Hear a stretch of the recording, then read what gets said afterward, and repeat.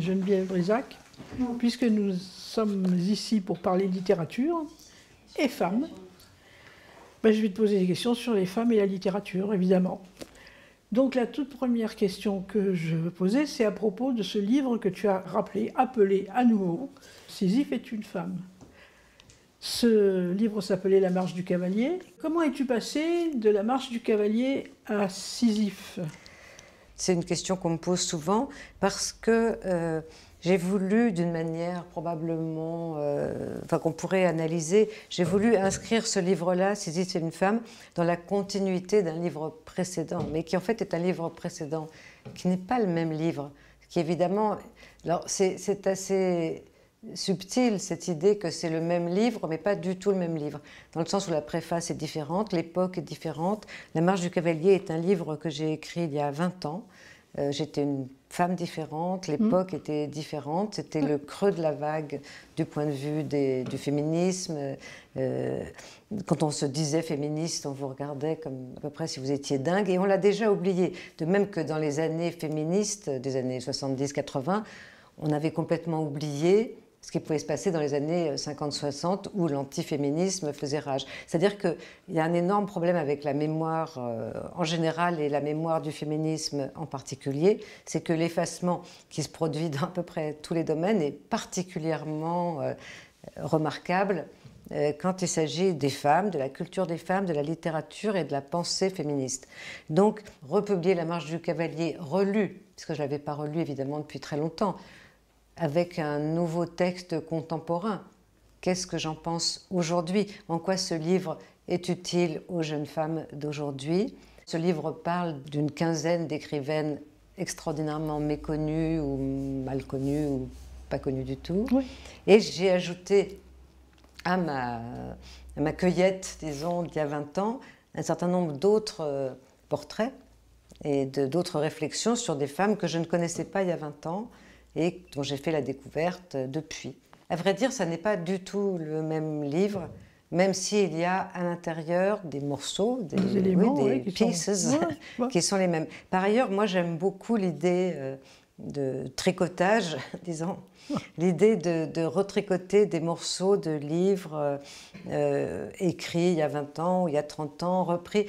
Je crois que pour beaucoup d'écrivains et d'écrivaines, on écrit une sorte de grand livre continu toute sa vie, qu'on taille à la mesure de livres conjoncturels, de circonstances, mais où au fond, on reprend les mêmes images, les mêmes idées, les mêmes obsessions, parce qu'on n'est que des pauvres individus qui n'ont pas tant d'idées et d'expériences et de choses à dire que cela. Donc on y réfléchit, on les reformule, on les redit, on les re-raconte.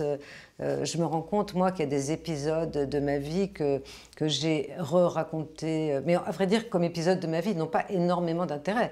C'est des épisodes de ma vie, comme des épisodes de n'importe quelle vie. En revanche, ce qui est intéressant à mes yeux, c'est de me rendre compte d'une part qu'ils se sont fixés d'une manière particulière dans ma mémoire, dans ma psyché, et que je les raconte de manière différente à différentes époques de ma vie. Virginia Woolf, par exemple, racontait comment elle était tombée à l'eau d'une barque en allant vers ce fameux phare, et elle disait c'est incroyable à quel point je me souviens bien de ce moment où je suis tombée de la barque, alors que le même jour, je me suis fait piquer par une guêpe, je crois, et je le sais parce qu'on me l'a raconté, mais je n'en ai aucun souvenir. Pourquoi on se souvient plutôt de telle chose et pas de telle autre? C'est une des questions que pose la littérature. Au fur et à mesure de la vie, effectivement, les mêmes moments, les mêmes scènes, puisqu'on écrit à partir de scènes, peuvent se réactiver, se revivifier, se recolorer d'une manière différente. On raconte toujours les mêmes histoires, comme disait Borges, et on n'en raconte qu'une sous 1000 versions différentes. Et après, il y a la version la plus aboutie, la plus pure, ou celle qui plaît le mieux à tel ou tel moment de sa vie. C'est au moment où tu la relis que tu t'aperçois qu'en fait, tu devrais rectifier ou avancer ou changer les choses. Alors, pour ce qui est précisément de Sisyphe et une femme, l'idée qui m'a frappée, c'était cette idée que Sisyphe est une femme, tout bêtement, c'est-à-dire qu'on est en train de reprendre indéfiniment, de remonter la pente et de la redescendre. Et dans une vie comme la mienne, j'ai déjà vécu plusieurs moments de redéboulage en arrière et puis des moments de remontée pleine d'optimisme. Et puisqu'on parlait de ces idées de progrès, c'est vrai que quand j'étais petite, ça allait de soi qu'on irait vers beaucoup plus de progrès, que les femmes et les hommes seraient de plus en plus égaux, que les pauvres et les riches seraient de plus en plus égaux, que les noirs et les blancs seraient de plus en plus égaux. Prenons déjà, on va s'en tenir là, oui, c'est déjà bien, et que la richesse serait mieux répartie, etc., etc. Et ben c'est pas du tout ce que j'ai vécu. Ma vie n'a pas été constituée de cette manière, et j'ai vu des moments où les femmes, effectivement, pour parler de ce sujet qui est le nôtre, étaient très visibles et triomphantes et heureuses et contentes, et puis d'autres moments où on déboulait la pente, je crois que c'est vraiment ça, et où tout redevenait sombre comme un ciel gris. Oui, alors justement la question de Sisyphe, alors moi j'en ai parlé à une amie qui m'a dit c'est affreux ce destin de Sisyphe, monstrueux et tout, c'est pas du tout mon cas. Enfin, elle était d'un optimisme formidable, et elle me dit c'est pas possible. Et alors je me suis dit mais de quoi est fait ce rocher que les femmes poussent et repoussent devant elles? Et parce que moi, dès que j'ai lu ton livre, en version Sisyphe, après l'avoir lu en version Marche du Cavalier, je me suis dit, il faut que Sisyphe soit heureuse, comme le disait Camus, lequel n'a pas toujours dit ça au début, d'ailleurs, si on se rappelle bien. Hein. Donc la question, c'était, qu'est-ce que c'est, de quoi est fait ce fardeau que nous poussons devant nous, ou derrière nous, si on... Alors, il est certain que, oui, tu as raison, il faut imaginer Sisyphe heureuse, parce que sinon elle ne va pas monter le rocher. Ouais. Si elle n'a aucun espoir de rien, si on n'a pas d'espoir, qu'on ne croit en rien et que la vie ne sert qu'à finir au cimetière, c'est vrai qu'autant ne pas trop se donner du mal. Donc se donner du mal, réfléchir, aimer, lire, jouer, ça va avec... un optimisme, une gaieté, une joie de vivre, effectivement, que moi je trouve en particulier dans la littérature, dans la lecture, dont je pense, comme Virginia Woolf que je citais tout à l'heure, qu'elle est le lieu de toutes les compréhensions et la possibilité de vivre des milliers de vies simultanément, puisqu'il va de soi que chacun de nous n'en a qu'une petite, misérable et très très limitée. Justement, là, c'est ça la question que je me pose par rapport à ça. Quand tu nous fais lire les différentes femmes, tu le fais exactement comme si c'était des sœurs, tu vois, ou des personnes qui t'ont précédé pour t'éclairer le chemin. En même temps, notre génération, tu me dis si je parle trop, mais c'est vrai que notre génération est une génération qui a voulu être lucide. Et cette lucidité, elle va avec le fait de se dire justement la vie au bout du chemin, ben on sait ce que c'est, et puis voilà, et puis tant pis, et puis c'est comme ça.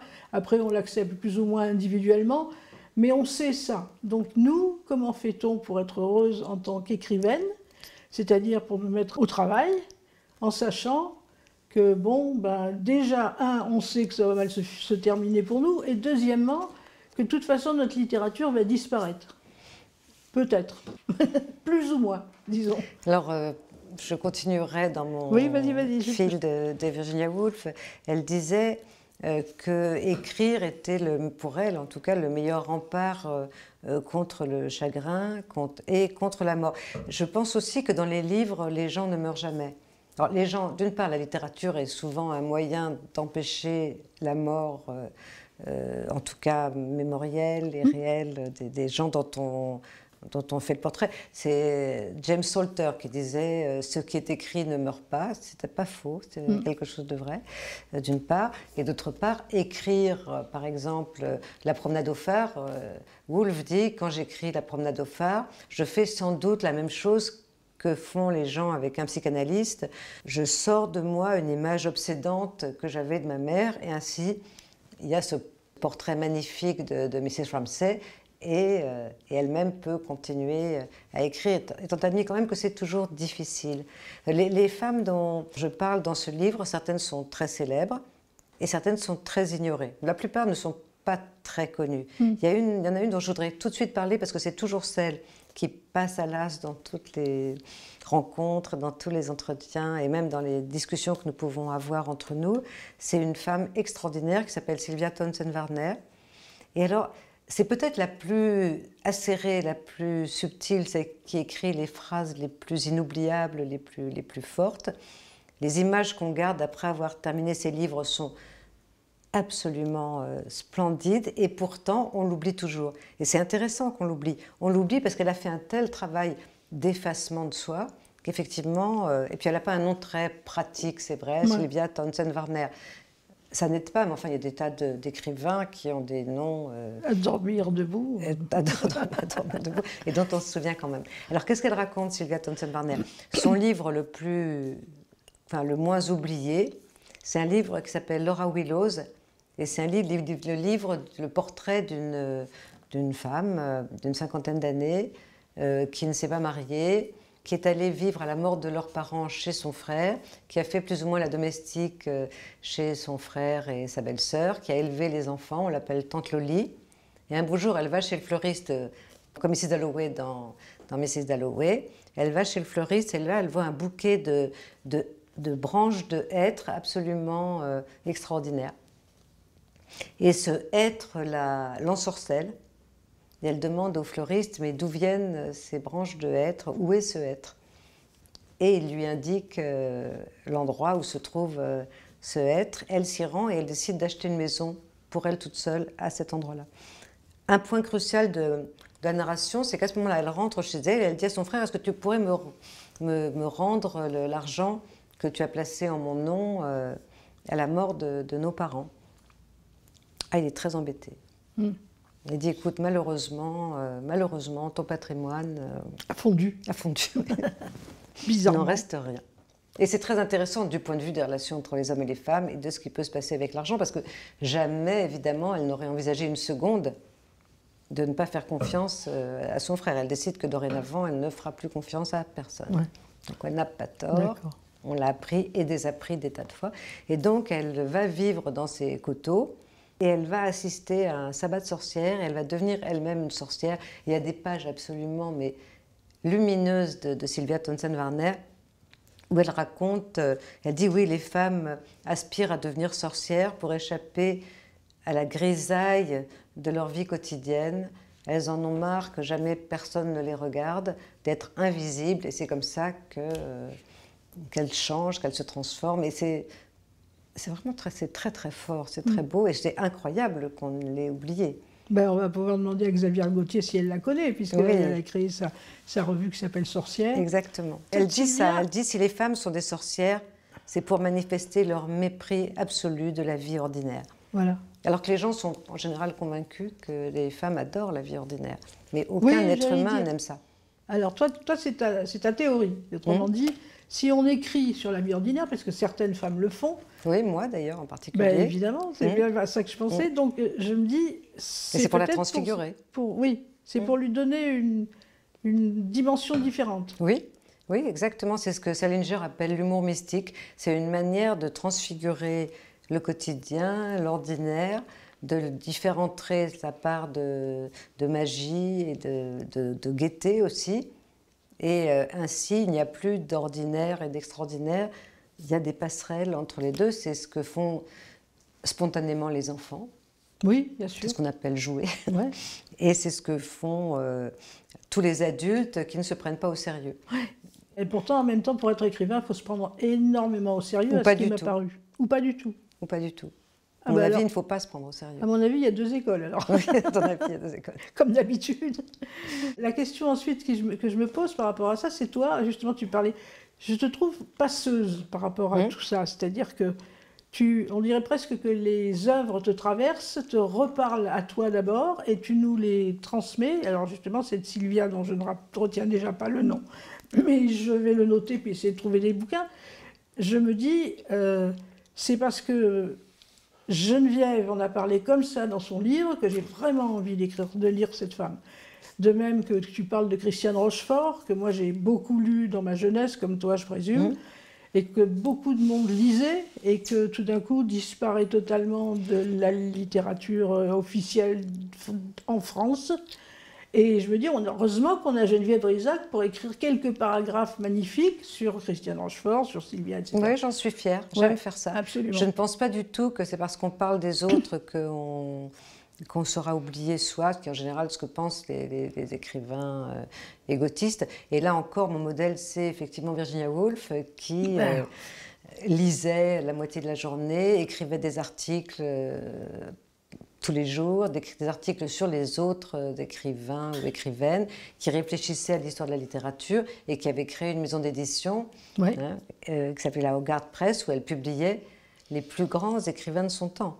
On pourrait penser que puisqu'elle faisait tout ça, c'est parce qu'elle n'était pas douée. C'est en général d'ailleurs ce que les gens pensent. Ils pensent que si vous prenez tellement de plaisir à parler des autres écrivains, vous ne devez pas être tellement doué que ça. Tellement doué que cela. Et ça, c'est une pensée que je trouve basse déjà, et regrettable, et qui détruit beaucoup ce que le monde littéraire a pu avoir de beau et de fraternel et de circulant, disons, même si j'aime pas beaucoup, le mot est un peu moche, mais parce qu'en fait, les peintres, les écrivains et les musiciens, à la fin du 19e siècle, au début du 20e siècle, passaient leur temps, ça ne les empêchait pas de vivre des rivalités. Moi, je vis des rivalités, comme tout le monde, violentes et douloureuses, mais ça n'empêche pas de lire les autres, de se passionner, même et parfois on peut même les aider. Par exemple, toujours Virginia Woolf, quand T.S. Eliot lui dit qu'il n'en peut plus d'aller à la banque tous les matins, elle dit « Je vais organiser une grosse cagnotte pour toi et il y aura assez d'argent pour que tu n'aies plus besoin d'aller travailler. Ouais. » C'est ce qui se passe. D'accord. Et alors, moi, à ce moment-là, je ne peux pas m'empêcher de penser à ton travail d'éditrice, et notamment pour parler de moi un petit peu, n'est-ce pas, du fait que tu m'avais ouvert l'idée d'écrire pour la jeunesse, chose à laquelle je n'avais extrêmement pas pensé. Oui, mais ça t'allait très bien. Pourtant. Tu l'as fait, non, mais tu l'as fait avec beaucoup d'auteurs ou d'écrivaines qui finalement font partie maintenant de notre matrimoine littéraire, pour parler absolument horriblement, tu vois. Et je me dis que ça fait partie du lien que tu as pu faire entre les femmes du passé qui écrivaient, et évidemment certains hommes qui nous ont tous passionnés aussi, il ne faut pas non plus, et puis celles qui viennent maintenant.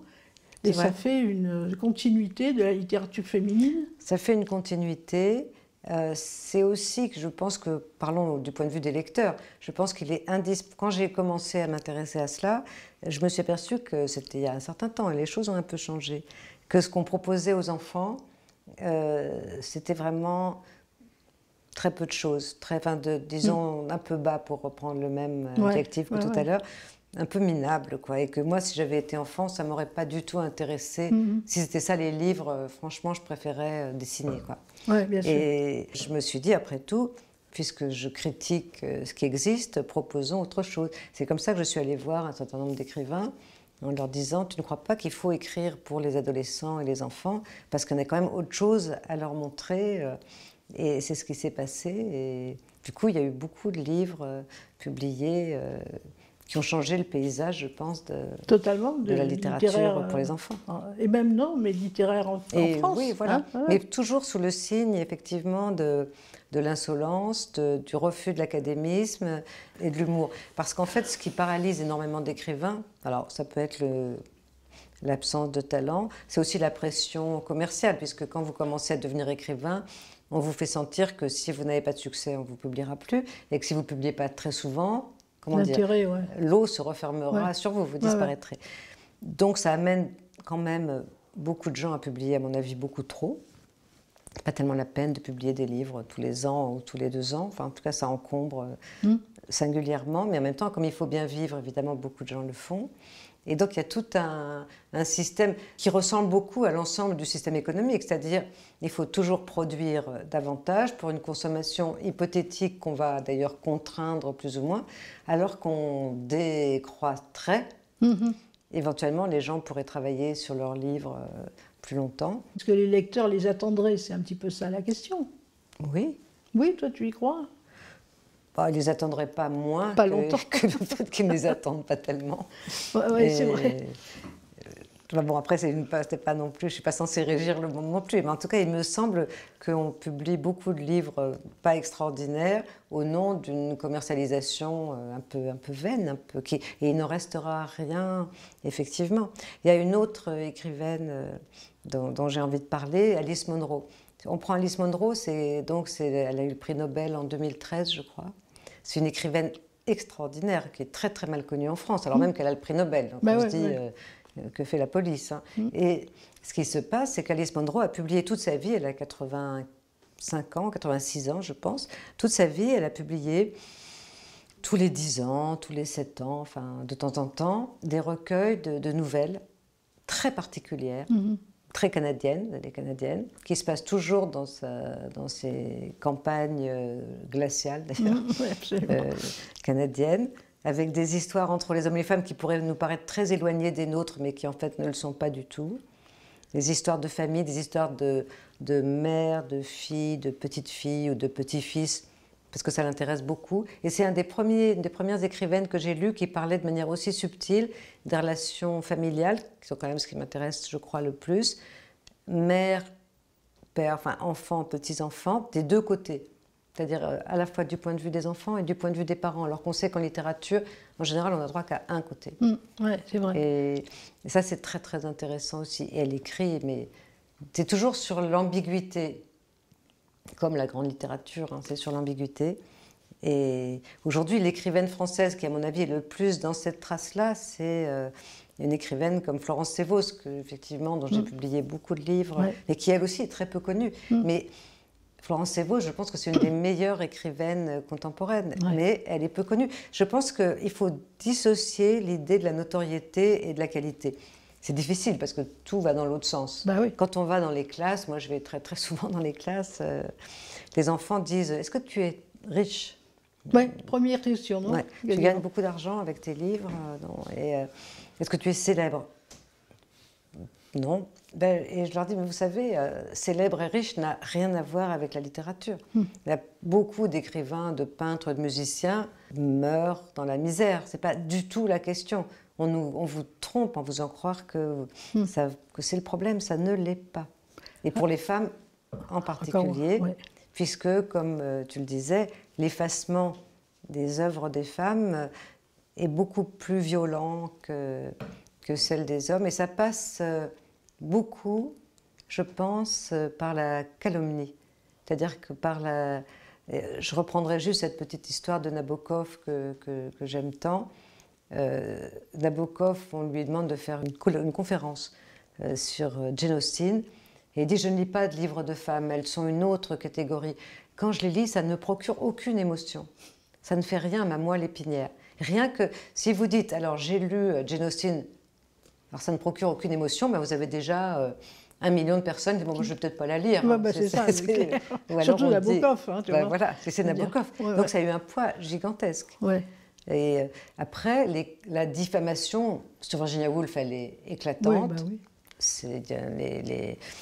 Les remarques désobligeantes sont innombrables. Sur Edith Wharton, elles sont innombrables. Sur Alice Munro, on dit mais c'est ennuyeux, non, quand même. Flannery O'Connor, qui est une des plus grandes stylistes à l'égal de Faulkner, on dit elle était catholique. Moi, en France, j'étais catholique. Et puis elle est morte à 35 ans. Alors ça pourrait être très bien, mais je trouve que là, c'est pas bien. Si c'était Rimbaud, ça irait bien, mais si c'est... voilà. Bien sûr.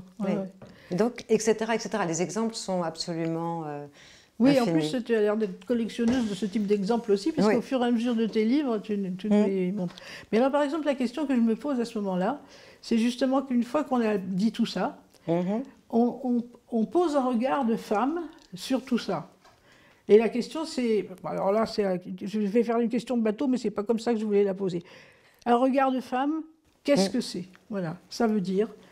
Qu'est-ce que c'est cette position que nous avons? J'ai une petite théorie, mais on la verra ensemble après. D'abord, j'aimerais bien te dire...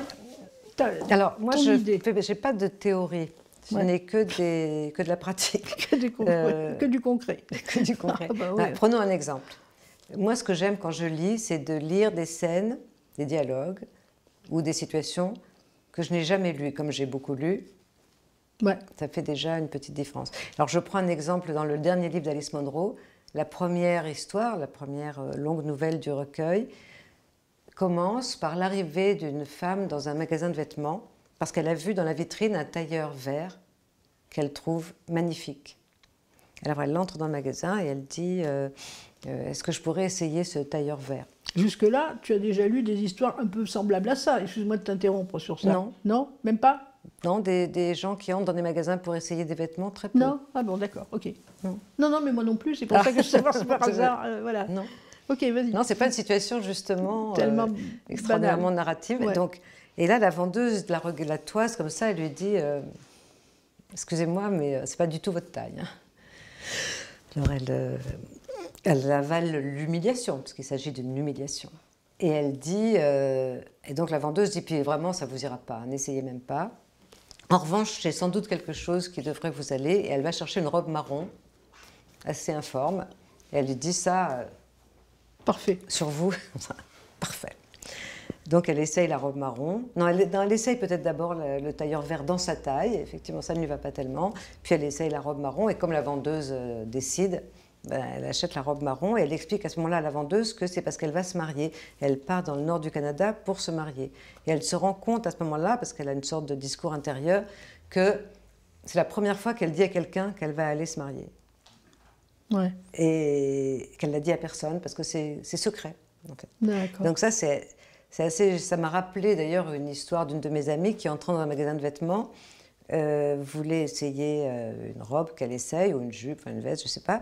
Et là, elle dit, non mais ça ne me va pas du tout. Et la vendeuse lui dit, c'est vous qui n'allez pas à la veste, madame. Ah, d'accord. Ouais. Et je trouvais ça absolument du même ordre. Ouais. Et énormément de choses qui arrivent aux femmes et que la littérature enregistre, c'est des choses qui ont à voir avec l'humiliation. Alors, certes, on pourra me dire qu'il y a beaucoup de choses qui arrivent aux hommes, qui relèvent de l'humiliation, de la vexation, etc. Oui, mais etc. ils ne se privent pas d'en parler. Non, exactement. Mais alors que là, c'est plus compliqué. Ouais. L'autre chose que j'aime, c'est les dialogues. J'aime plus que tous les dialogues. C'est quelque chose qui a toujours été la chose des femmes, les lettres, l'oralité intermédiaire entre l'oral et l'écrit, disons. Cette vivacité-là et cette chose un peu sans forme. On parle des lettres, enfin, sans forme narrative fixée, sans cadre fixé. Les lettres de Madame de Sévigné, pour ne parler que d'elle. Alors sur Madame de Sévigné, par exemple, la calomnie, elle est immédiate. Cette espèce d'horrible bonne femme qui était assise sur sa fille. Voilà, c'est réglé. C'est réglé, exactement. Du coup, on se dit, oh, je ne sais pas si je vais lire ça. Ouais. C'est pas du tout... Quand on lit Madame de Sévigné, on est stupéfait de à quel point c'est pas ça. À quel point c'est génial. À quel point elle est géniale. C'est un génie, quoi. Tu disais parole et le rapport au dialogue. Ça me fait penser justement à ce livre de Xavier Gauthier que nous allons interviewer plus tard, qui s'appelait Les Parleuses, avec Marguerite Duras. Encore pour moi, parce que j'avais décidé que ce serait un dialogue entre nous, donc je me mets à peu près à la hauteur de ce que tu racontes, si je peux. J'essaye de dire que moi, personnellement, j'ai toujours pensé qu'écrire, c'est parler en silence. C'est-à-dire, justement, ça n'est pas de la parole. Parce que la parole, c'est quelque chose qui est totalement fluctuant par rapport au rapport de la personne que tu as en face de toi. Et que c'est justement une des choses dont les femmes souffrent. C'est qu'à partir du moment où elles voient le regard qui leur renvoie l'image d'elles-mêmes, en général, elles ne disent plus rien. Donc, qu'est-ce que tu penses par rapport à cette situation d'infériorisation des femmes par le regard d'autrui, hein, je ne dis pas femme-homme, c'est pareil. Je suis tout à fait d'accord. Je pense que c'est essentiel, la visibilisation. Voilà. Et effectivement, ça amène à écrire. On écrit parce qu'on ne peut pas se faire entendre, parce qu'on n'a pas été regardé, ou vu, ou entendu. Enfin, regardé, vu, ou entendu. D'accord, comme on l'aurait aimé. Ou pas, oui, ou très peu, ou pas du tout. D'accord. C'est quand même souvent le cas. Ouais. Il y a une adorable histoire de Christiane Rochefort, justement, où elle prend le train. Et elle raconte, il y a une petite fille qui s'agite, enfin, ou qui ne s'agite même pas d'ailleurs, mais enfin, qui fait des petits signes et tout ça. Et sa mère lui dit, tiens-toi tranquille, Véronique, tu fais du bruit, Véronique, tu nous déranges, Véronique. Et donc, Christiane Rochefort dit, mais non, madame, elle ne dérange pas du tout. Mais si, elle est insupportable, elle s'agite dans tous sens. Regarde ta poupée, Véronique, tu vois comme elle reste tranquille, elle fait comme elle. Et là, Christiane Rochefort dit oui, madame, mais sa poupée est morte. Ouais, ça m'étonne pas de Christiane, ça c'est bien sorti. On n'a pas parlé de pourquoi Christiane Rochefort avait disparu. Ouais, dis-moi. Elle s'en explique en disant qu'elle ne tenait pas du tout à la postérité. C'est D'une vrai. manière un peu comme on serait athée. C'est-à-dire, quand je serai morte, de toute façon, je n'y crois pas, je ne crois pas à l'après-vie, qu'est-ce que ça pourra bien me faire, qu'on se souvienne de moi ou pas. Donc elle affiche un discours de ça m'est égal la postérité, et je n'y crois pas, premièrement. Deuxièmement, elle affiche un discours anti-académique. Et on sait très bien que l'académie est un bon moyen de se garantir une postérité qui est ce qu'elle est.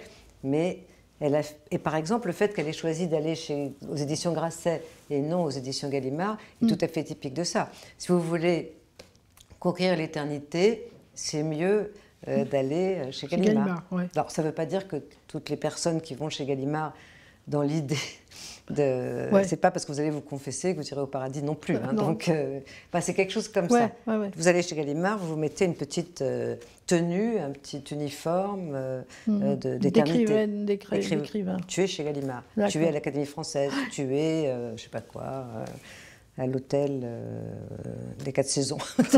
Non, mais il y a quelque chose qui a vraiment à voir avec la bourgeoisie et avec l'Académie. Donc ça, elle n'en voulait pas, elle voulait du désordre, elle voulait de la liberté, elle voulait jouir de l'instant, et elle l'a fait. Bien sûr. Elle a fait tout ça. Et donc après, les gens allaient dire, bon, et puis en plus, Christiane, tu voudrais qu'on se souvienne de toi éternellement. Bon, par ailleurs, elle était réellement dérangeante. Oui, ça c'est vrai, crois. Surtout à son époque. À son époque. Avant mai 78. Absolument, hein. Oui. Et moi, j'en ai une expérience donc particulière, puisque j'étais prof, que j'adorais les livres de Christiane Rochefort, que j'ai voulu faire étudier Printemps au parking à mes élèves, et qui ont aimé d'ailleurs beaucoup ça. Et immédiatement, j'ai eu l'inspection générale sur le dos, j'ai été convoquée, j'ai été virée. Et au point que dans des études sur Christiane Rochefort, on retrouve mon dossier avec une enseignante de Seine-Saint-Denis ayant voulu travailler les textes de Christiane Rochefort, s'est vue mise au coin, enfin en l'occurrence... L'éducation nationale. L'éducation nationale lui est tombée dessus. Et la lettre de l'inspecteur général était très très drôle. Il disait, il y a quand même d'autres choses à faire lire à des enfants. Non. Ouais. Et, non, justement. Non. Donc c'était assez drôle comme... Mais alors justement, Christiane, c'est un bon sujet parce que une fois que les personnes ont écrit, et c'est vrai que moi je me rappelle, elle a écrit Ma vue est revue et corrigée par l'auteur, et une fois qu'on dit ça, on dit on ne va plus toucher du tout au récit de la vie de Christiane, puisqu'elle a revu, corrigé, et que, à mon avis, elle met un point final. Ah mais pas du tout. Quand même, elle donne une image pour la postérité, malgré tout, même si elle... Oui, sauf qu'il y a déjà 14 versions de son enfance. Oui, c'est ça. Il y a 14 versions de sa naissance, qu'on retrouve d'ailleurs dans les livres. Ce côté « je mens pour dire la vérité », ou, etc., qui est le propre même de la littérature. Ouais. Et par exemple, il y a un truc qui est vraiment très, très intéressant dans son cas, c'est le rapport qu'il y a entre le repos du guerrier et la porte du fond. Parce que quand elle revient sur le repos du guerrier, elle dit avec beaucoup de chagrin et d'une manière très touchante qu'elle regrette énormément le succès qu'a eu ce livre, parce qu'en fait il était à la mauvaise distance, qu'il était poussé au voyeurisme et qu'elle n'aurait jamais dû écrire ces scènes de sexe comme elle l'avait fait, parce que le résultat c'est que le livre a eu succès. À cause de ça. Pour ça, et que c'était pas du tout ça qui l'intéressait elle, et que c'était donc, elle s'est vraiment fait avoir, d'autant qu'elle raconte le processus éditorial où elle résistait à l'éditeur qui la poussait à développer, etc. etc. Donc, elle dit que ce n'était pas seulement une erreur morale, que c'était une erreur esthétique. Et qu'il fallait évidemment, pour que ça ait de la force, ne pas décrire les scènes sexuelles qu'elle évoquait. Et elle en tire un certain nombre de conclusions pour toute sa vie. Et quand elle écrit La porte du fond, donc c'est son dernier livre qui a le prix Médicis, je crois, c'est un livre qui raconte donc l'inceste dont elle a été victime enfant, mais il n'y a aucune scène de sexe. Et le livre est d'un poignant, d'une beauté absolument incroyable, mais il est construit. Évidemment, il n'a pas eu beaucoup de succès. Ça va de soi. Sauf auprès de nous, parce que Voilà. vraiment, c'était une parole Parce que c'était un tellement... livre bouleversant. Ouais. Et très en avance de nouveau. Absolument, absolument. Mais alors du coup, je repense à Christiane, parce que déjà, récemment, je viens de publier quelques lettres qu'elle a écrites, mais surtout celles autour d'elle, du petit groupe qui s'appelait Les Petites Marguerites, qui était des débuts du mouvement de libération des femmes. Et Il y a une citation de Vera Chytilova, j'imagine. Non. Oui, bien sûr. Enfin, si tu veux, quand on l'a publié dans notre blog Rebelle 50, on a effectivement rappelé que Les Petites Marguerites, c'est Vera Chytilova et son film magnifique de quelques années auparavant, avant l'émergence du mouvement. Et je n'ai pu publier ces quelques lettres qui avaient échoué entre mes mains par des circonstances, bref, comme ça, simplement parce que je savais qu'il y avait autour un certain nombre d'échanges de lettres de non littéraires, qui étaient vraiment des lettres sur le moment, si tu veux, disant, voilà, il se passe ça. Christiane, dis-nous ce qui se passe, parce qu'elle était censée savoir un peu plus que nous. Et en fait, ce qui est poignant dans ces lettres, c'est l'échange possible tout le temps de lettres qui sont écrites n'importe comment, et Christiane qui reprend virgule après virgule. En plus, moi, elle m'avait raconté à un moment donné à quel point, un jour, elle avait lu tout un de ses livres qui avait été écrit, mais où vous avez déplacé la ponctuation, parce qu'il trouvait ça pas très intéressant comment c'était écrit, pas très français, j'imagine, et elle était horrifiée. Elle a dit, je ne reconnaissais plus mon bouquin du tout. Donc Christiane, avec ses points de suspension au moment où il faut, etc., répondait et relançait le débat en écrivain, pas en écrivaine, tu vois comment je suis. Tu vois ce que je veux dire? Et je me disais, c'est comme ça la force de l'écriture, c'est qu'on relance le débat. C'est aussi de la générosité. Oui, bien sûr. C'est aussi de la générosité, parce qu'après tout, il n'y a pas tant d'écrivaines qui prennent le temps et qui ont l'ouverture, la disponibilité pour bien sûr, parler, échanger avec des jeunes femmes. Mais là, on était dans le vif du sujet, il se passait des choses, il fallait... Alors la question de la ponctuation, c'est aussi une question très intéressante. Parce que là, on est encore dans l'ordre de la loi, de la loi de la ponctuation. Et comme la question de la ponctuation, ça a à voir avec la respiration. Alors, il se trouve que les femmes écrivent avec le souffle, tout le monde écrit avec le souffle, mais le souffle n'est pas le même de manière statistique, disons, chez les femmes et chez les hommes. Et donc, il va de soi qu'écrire avec son souffle de femme ne va pas impulser le même rythme à la phrase, à la page, au livre, que le souffle d'un homme au large coffre qui marche dans les pas vigoureux de Victor Hugo. Et donc, ça a des conséquences pour la ponctuation.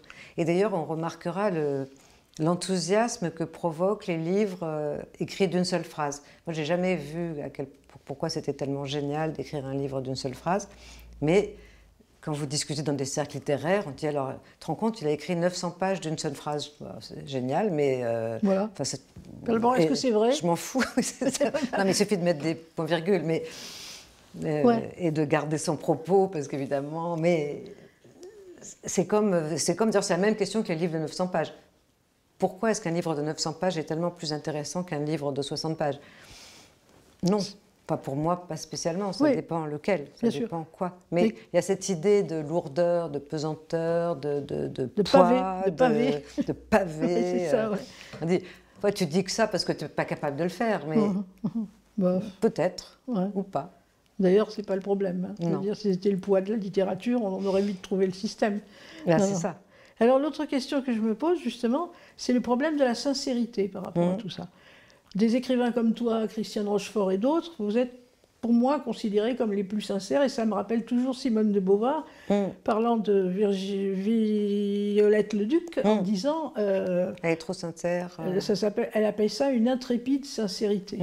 Et moi, je me disais, mais pourquoi intrépide? Bah si, en fait, oui. Eh bien, dis-moi pourquoi intrépide. On n'a pas... Moi, je pense qu'on n'a pas à se qualifier d'intrépide, parce que c'est pas... Je pense que c'est toujours délicat de s'attribuer des adjectifs. Ça me fait penser aux gens à qui on demande quel est ton plus gros défaut, ils disent « je suis modeste ». C'est pas un défaut. Voilà, ça s'appelle... Parce que bon, l'amour de soi que chacun éprouve, quand même a tendance à fausser... Je pense que si on est sincère, comme l'était Christiane Rochefort et Violette le Duc, et comme moi-même je le pratique, c'est une façon de se défendre contre des choses qu'on a vécues, de l'ordre du silence, de l'ordre du mensonge, de l'ordre de la famille, ouais, bien sûr, de l'ordre de l'oppression.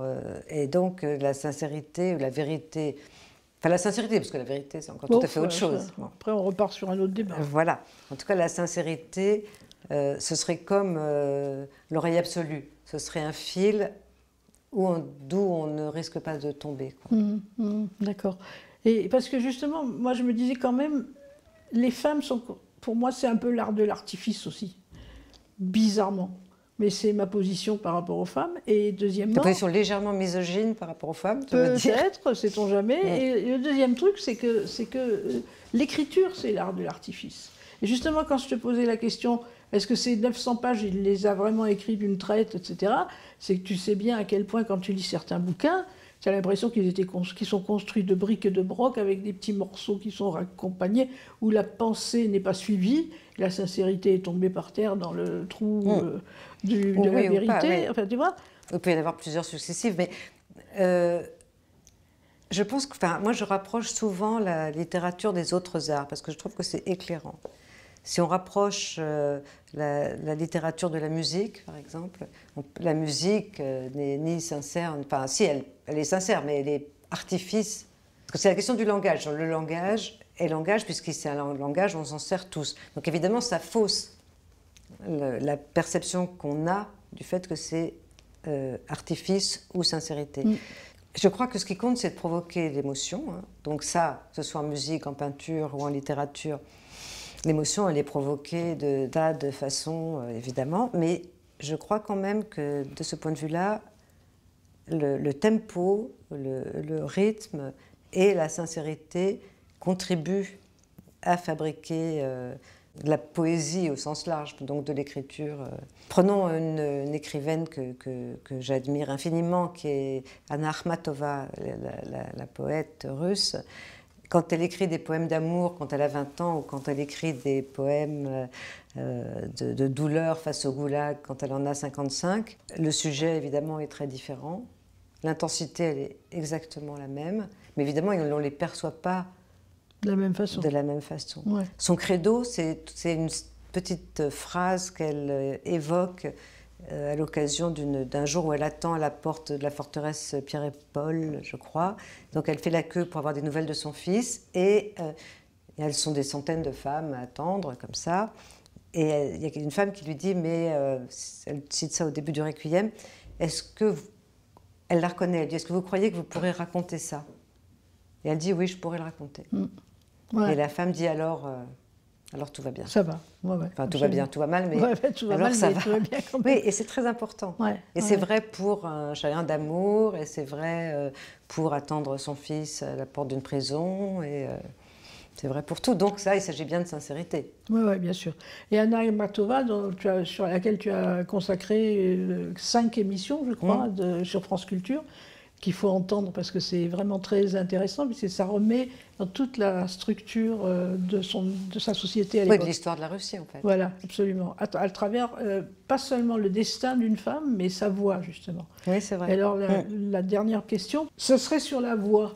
Est-ce que tu penses que l'écriture permet de percevoir la voix intérieure des femmes, et est-ce qu'elle est différente de ce que laissent entendre les grands auteurs masculins? Je pense qu'il n'y a pas la voix de la femme, il y a des voix des femmes. Oui.